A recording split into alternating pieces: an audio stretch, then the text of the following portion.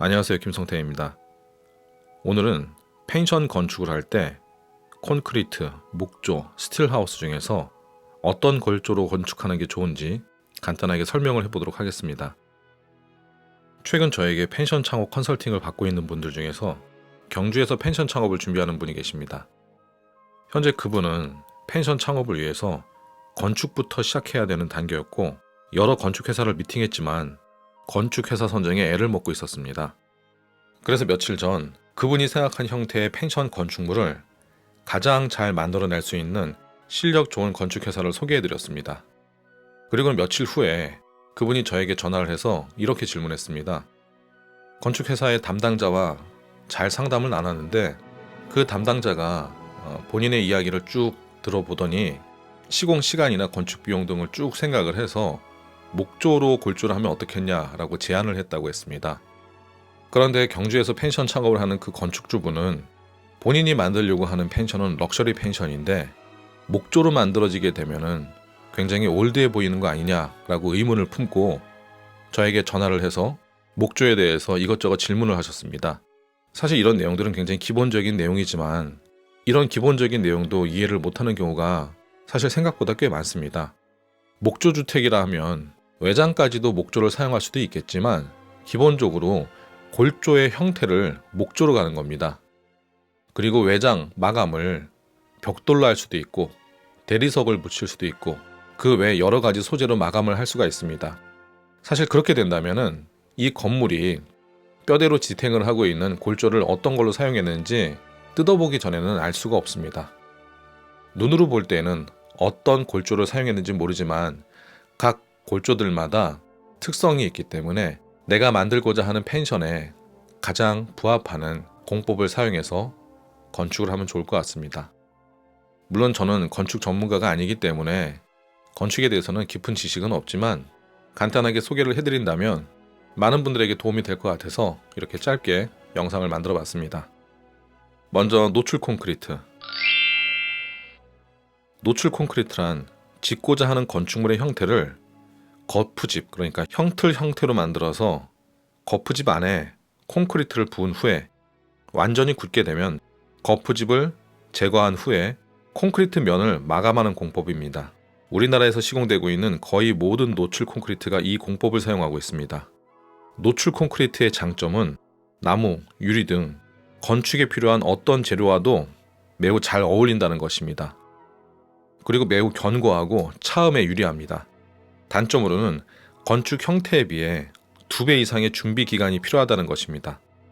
철저한 준비가 없다면 예상치 못한 결과물이 만들어질 수도 있기 때문에 객실 내의 계단까지 콘크리트로 시공하기보다는 단순화된 부분에 목조나 그 외 재료가 섞여서 마감되는 것이 좋습니다. 경험이 많지 않은 인력이 투입될 경우에 콘크리트 표면 단차나 표면 배부른 현상이 문제가 될 수도 있습니다. 그리고 구조의 변경이 목조나 스틸보다 불편합니다. 목조, 펜션 건축에 가장 일반적으로 많이 사용되는 골조가 바로 목조 주택입니다. 목조는 매우 많은 장점을 가지고 있는데 건식 공법이기 때문에 계절에 상관없이 건축을 할 수 있다는 것이 매우 큰 장점입니다. 재료가 가볍기 때문에 시공성이 좋고 내구성 또한 매우 좋습니다. 목조 주택을 접하지 못한 사람들은 목조가 약할 거라고 생각하는 경우도 있지만 목재는 외부에서 받은 물리적인 충격을 각각의 부재들이 서로 유기적으로 연결돼서 충격을 흡수하기 때문에 사실 매우 유연하고 견고합니다. 그리고 내화성과 에너지 효율이 굉장히 좋습니다. 목조 주택의 내화성은 1차적으로 내장 석고보드에 의존을 하고 에너지 효율은 성능이 우수한 단열재를 시공함으로써 벽체가 얇음에도 불구하고 에너지 효율이 매우 높습니다. 이처럼 많은 장점이 있지만 역시 몇 가지 단점들도 있습니다. 목조 주택은 먼저 차음에 매우 취약합니다. 그렇기 때문에 설계 시에 투숙객들의 방과 방 사이를 벽 하나로 붙여지는 방식은 피해야 됩니다. 작은 전원주택을 많이 지었던 건축회사들이 펜션을 지을 때 이런 실수를 꽤 많이 범하게 되는데 펜션은 여러 투숙객이 지내는 공간이기 때문에 프라이버시가 굉장히 중요합니다. 그렇기 때문에 방과 방이 벽 하나로 붙지 않는 구조를 갖는 것이 펜션 구조에는 유리합니다. 예를 들자면은 A 객실의 침실 벽면과 맞닿아 있는 비객실의 벽면은 침실이 아니라 거실이 붙는 게 좋습니다. 그리고 비객실의 벽면과 맞닿아 있는 C객실의 벽면은 침실이 아니라 부엌이나 거실 등이 붙는 게 좋습니다. 벽 하나를 두고 침실과 또 다른 침실이 있다면 굉장히 불편한 여행이 될 수가 있습니다. 그래서 다시 설명하자면 목조주택을 지을 때는 가급적이면 벽 하나를 사이에 두고 침실과 그 옆에 붙는 벽은 거실이나 주방 이런 공간이 좋습니다. 스틸하우스. 건축의 가장 기본적인 뼈대를 세우는 방식은 목조주택의 공법에서 발전했습니다. 목조주택은 각재를 세워서 집에 뼈대를 만드는데 이때 나무 대신 철강재를 사용하는 것이 바로 스틸하우스입니다. 스틸하우스에서 사용하는 철강은 두께 1mm 내외의 경량 형광을 C자 형태로 구부려서 사용하는데 이 형광은 아연 도금이 처리되어 있어서 내구성이 매우 강한 것이 특징입니다. 나무에 비해서 썩거나 뒤틀림이 없고 재활용이 가능하다는 장점이 있습니다. 스틸하우스도 목조와 같이 물을 사용하지 않는 건식 공법이고 공장에서 생산된 자재를 현장에서 조립만 하기 때문에 시공오차도 거의 없습니다. 자재를 국내에서 제작하기 때문에 자재 수급이 참 좋긴 하지만 최근엔 자재 가격이 조금 오른 상태입니다. 단점도 목조와 거의 비슷하지만 스틸하우스의 결정적인 단점은 바로 결로입니다. 그렇기 때문에 자재의 특성을 잘 이해한 시공이 되어야만 합니다. 철근 콘크리트. 기둥, 보, 내벽력, 바닥 슬레이브 등의 주요 구조부가 철근 콘크리트인 건축물을 일컫습니다.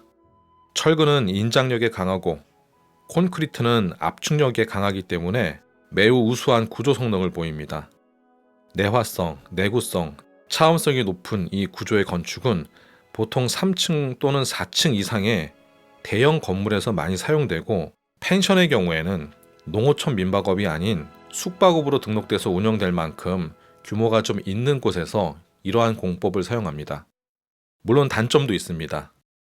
복잡한 디자인이 어렵고 건축 비용도 매우 높습니다. 그리고 가장 치명적인 단점은 단열성이 떨어지고 습식 일체형 구조라서 난방비가 많이 듭니다. 계구부에 단열 성능 저하로 결로나 곰팡이가 생기기도 합니다. 물론 펜션을 짓기 위해서 이 외에도 통나무집, 팀버프레임, 한옥, 그리고 황토집까지 여러 가지 공법이 있지만 매우 고가이거나 시공이 오래 걸린다는 단점이 있습니다. 만약 펜션이 아닌 일반 주택이라면 건축주의 바람대로 꿈에 그리던 집을 지을 수도 있겠지만 영업을 위한 건축을 한다면 작은 건물은 목조가 그리고 좀 더 큰 건물은 콘크리트가 가장 많이 사용되지 않나라고 생각이 듭니다. 사실 경량 목구조는 미국 건축물의 90% 이상을 차지하는 매우 매력적인 건축 형태입니다. 물론 펜션을 건축하기 시작하게 되면 담당 건축 회사가 건물주가 의도하는 그리고 가장 합리적인 구조물을 제안을 하겠지만 건물을 짓기 전 건축주도 이러한 내용들을 간단하게라도 알아봤으면 좋겠다라는 생각에 이러한 영상을 만들어 봤습니다. 오늘 영상 여기서 마치겠습니다. 감사합니다.